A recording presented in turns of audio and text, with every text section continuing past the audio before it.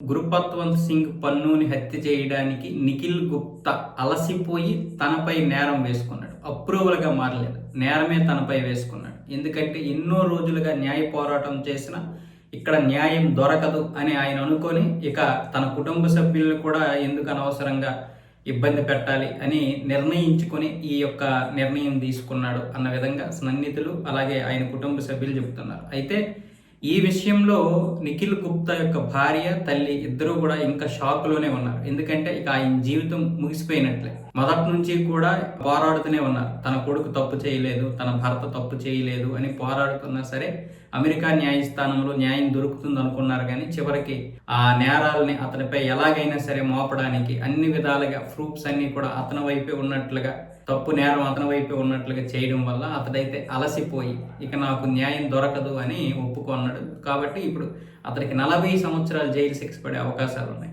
ఉరి శిక్ష అయినా లేదనుకుంటే 40 సంవత్సరాలు జైలు శిక్ష అయినా పడుతుంది. ఆ విషయం కూడా లాయర్ల ద్వారానే తన తల్లికి భార్యకి తెలిసిందంట.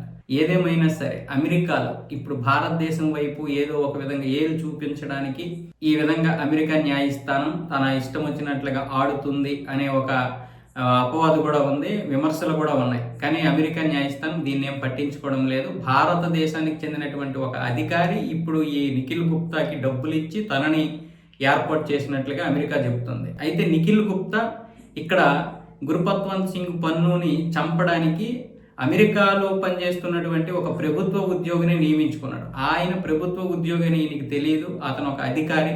ఆ విషయం తెలియక అతనికి దాదాపు $1,00,000 ఒప్పందం కుదుర్చుకున్నాడు. అడ్వాన్స్గా $15,000 కూడా ఇచ్చాడు. అవన్నీ కూడా పక్కా ప్రూఫ్తో వాళ్ళు చూపిస్తున్నారు. ఆ అధికారి మొత్తం ఇవన్నీ ఆ డబ్బులు తీసుకున్న తర్వాత ప్రూఫ్ కోసం తర్వాత వీళ్ళకి చెప్పడం జరిగింది, ఆయన్ని అరెస్ట్ చేయడం జరిగింది. సో ఇన్ని చేస్తుంది అమెరికా.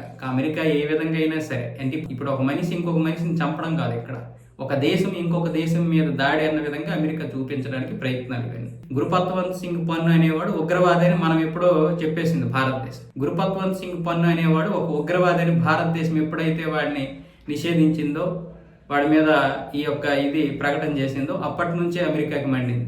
మా వాడిని నువ్వు ఒక ఉగ్రవాదిగా చేస్తావా? వాడు ఇక్కడ ఎన్నైనా పనులు చేయొచ్చు, ఎన్ని దారులైనా చేయొచ్చు, ఎన్ని దోపిడీలైనా చేయొచ్చు. వాడిని ఇక్కడ పట్టుకొని తన్నాల్సింది, వాడు ఇక్కడ దొరకలేదు.